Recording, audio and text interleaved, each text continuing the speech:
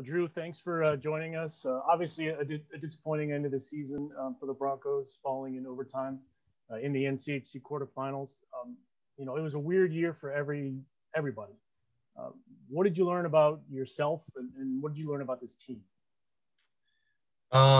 Yeah, first off, I think that's a good way to put it. It was just weird. A different year for sure. We went through a big learning process this year. There was a lot of turnover on our team, a lot of new players. And it was a really, overall, it was just a fun year based on uh, just how much we grew as a group, the growing pains that we experienced at the start in the bubble, and the way we were able to just regroup after that and put together a great second half. And, for the most part, a solid playoff game against Duluth that just finished in a tough way for us. But yeah, we had a really cohesive group, and we're looking forward to getting a lot of that back for next year. I think we all feel like we have a lot of unfinished business. With the vaccine rolling out kind of worldwide, things are looking better for hockey in the fall. What would it mean to have a game in front of not necessarily a packed Lawson Ice Arena, but with significantly more fans than you were used to this year? Yeah, I mean, it goes without saying that we really missed having the Lunatics there this year. We were talking about it the other day. It was crazy to think that none of our freshmen have experienced that yet, and the home ice advantage that we have at Lawson. Yeah, we were able to get a small taste of some fans in North Dakota. They had um, a capacity limit there, but with such a big arena, they were able to get a good number in there. And yeah, we love to play in front of the fans. Sometimes even on the road, it's fun playing in front of people who are yelling and screaming at you and calling you names. So we're just looking forward to getting back to just a little more normality, playing in front of fans, and just going back to doing what we're used to doing. You finished with the as the leading scorer for the Broncos this year. It was close there with Ronnie. Was there any kind of back and forth between you and him as to who might finish out on top? No, we never talked about that.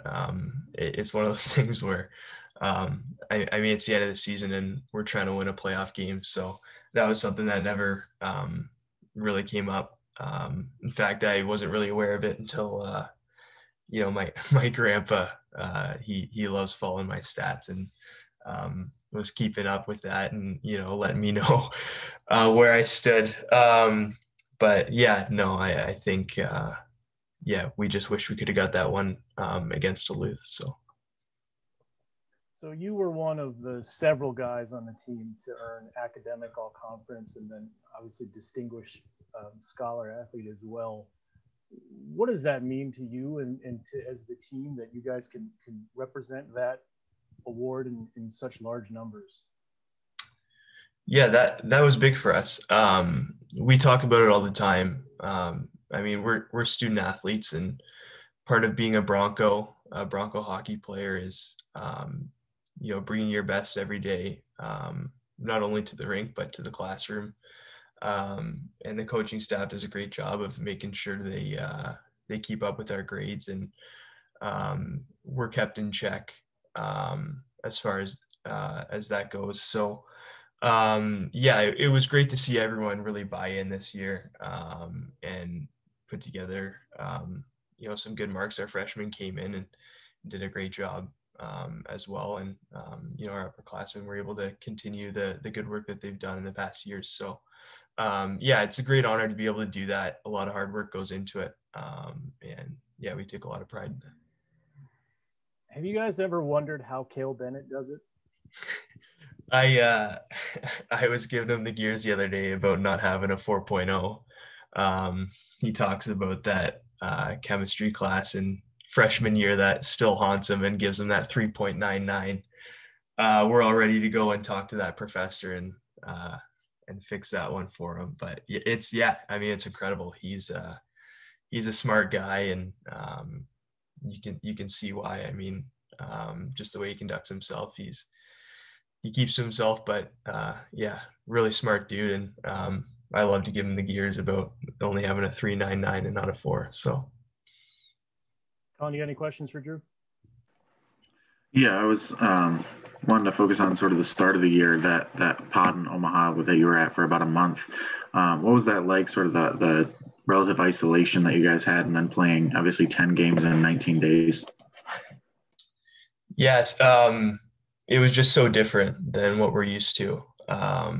Not only were we going into that pod with a very new team, it was just a scenario that none of us had really experienced ever, let alone in college hockey. I mean, one of the things is we're used to playing, 2 games on a weekend, Friday, Saturday, and now there's just games kind of spread out throughout the week, and some of us experience that in juniors, and it's what they do in the pros. So in a way, it was kind of some good experience for us to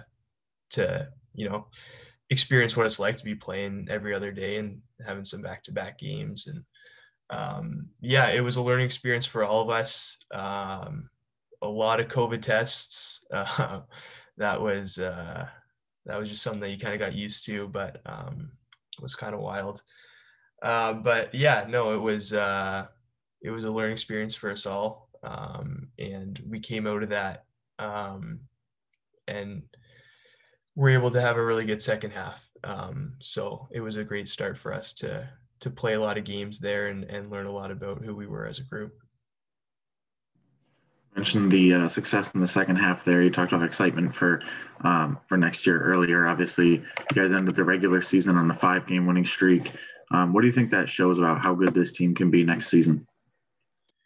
Yeah, it shows a lot. I mean, we have a lot of good hockey players in this program, and a lot of guys who buy in every single day in practice, and have really dedicated themselves to learning what it's all about here, how to be a Bronco. And yeah, we're really optimistic. We were able to really put together a good second half. It would have been a lot sweeter if we were still there playing.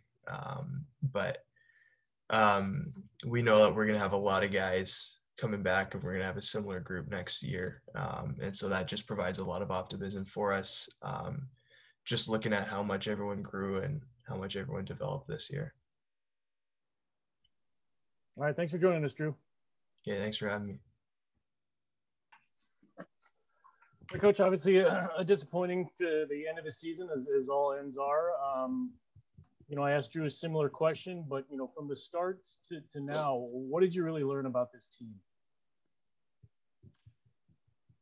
Well, when we take a look at the team this year, I think Drew brought up the point that the chemistry within this group was really special. They were collectively strong, a lot of strong character people in the room, guys that were focused on a common task, and that was wearing the Bronco jersey proudly.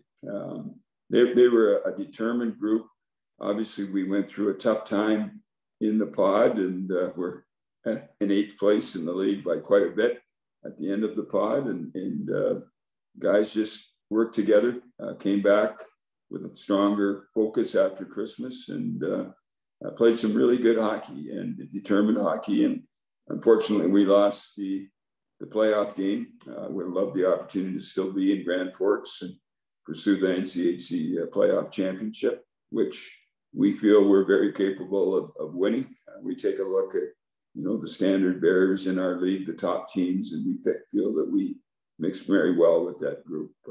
We learned that, along with size, we've got a lot of speed and determination in this group, and we certainly will lose some good players, but we have a lot of tremendous character guys coming back, and they learned a lot from the upperclassmen on our team. And you take a look at the 7 seniors that are leaving us this year. They were very influential in how this season turned out for us, and we're determined partway through the pod, when it wasn't going well, they got the guys together and made sure that we stayed tight and nobody went off on their own or felt isolated. And they worked together as a team. I think that's the strongest thing that I'll look at from this season. So your seniors are in an interesting position because obviously they could come back if they would like, or they can transfer to continue playing somewhere, or they can try to pursue pro hockey. But pro hockey is in an interesting position this year. Not all the ECHL teams are playing, not all the AHL teams are playing, which means that contracts won't be as readily available as they normally are. How do you plan to help guide your seniors through this kind of interesting situation? Well, first of all, I'd like to have some time to talk to them rather than talking to agents and NHL teams like I've been doing all day today so far.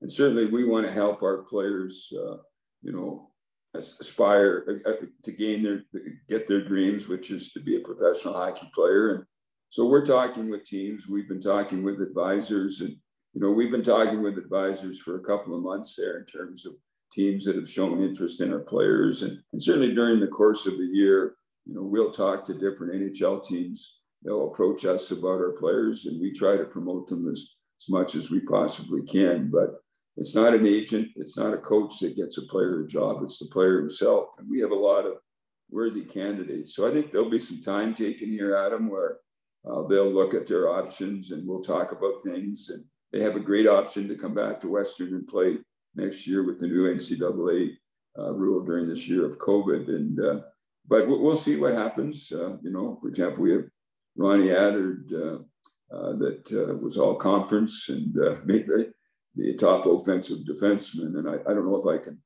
tell Ronnie, if there's a great offer out there, you need to come back so you can be all conference or the top offensive defenseman in the league next year, because he's already done it. But certainly a number of other worthy players, and we'll have a discussion with them about their future. And even with Ronnie, I know he would certainly look at the possibility of coming back as being a positive as well too. So we will see where things turn out.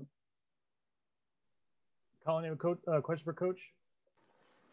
Yeah, you mentioned talking to a lot of NHL executives, agents. Obviously, Ronnie Adard, the current player, only one currently with an NHL deal. Have you talked with Ronnie at all about his future and obviously the opportunities that he has?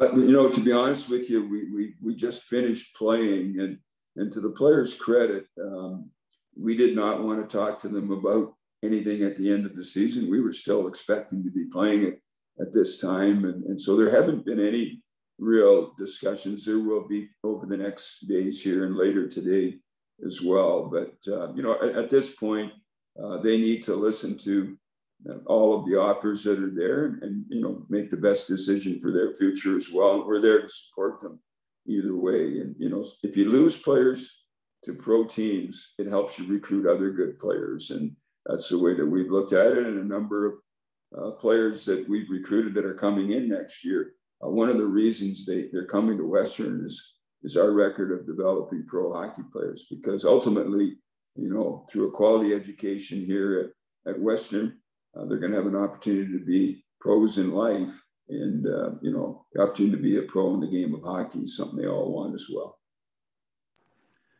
Obviously, losing Brandon Bussey in the first game of the year threw a wrench into your plans at goaltender for the year. But what are the opportunities for increased playing time for Kane, and especially Aslanides? How does that help them moving forward, and especially Aslanides with his several years left here in Kalamazoo? Well, Austin Kane is a senior and will be graduating this year.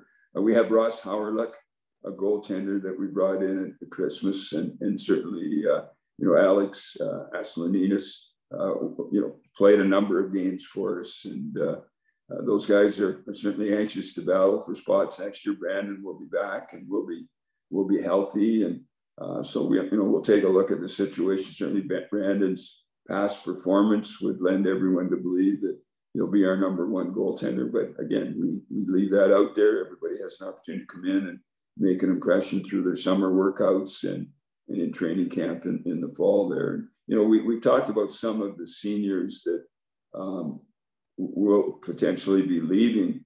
The other thing that we're excited about is the return of Jared Kacharik, who would have played this year as a junior and would have been one of our top defensemen.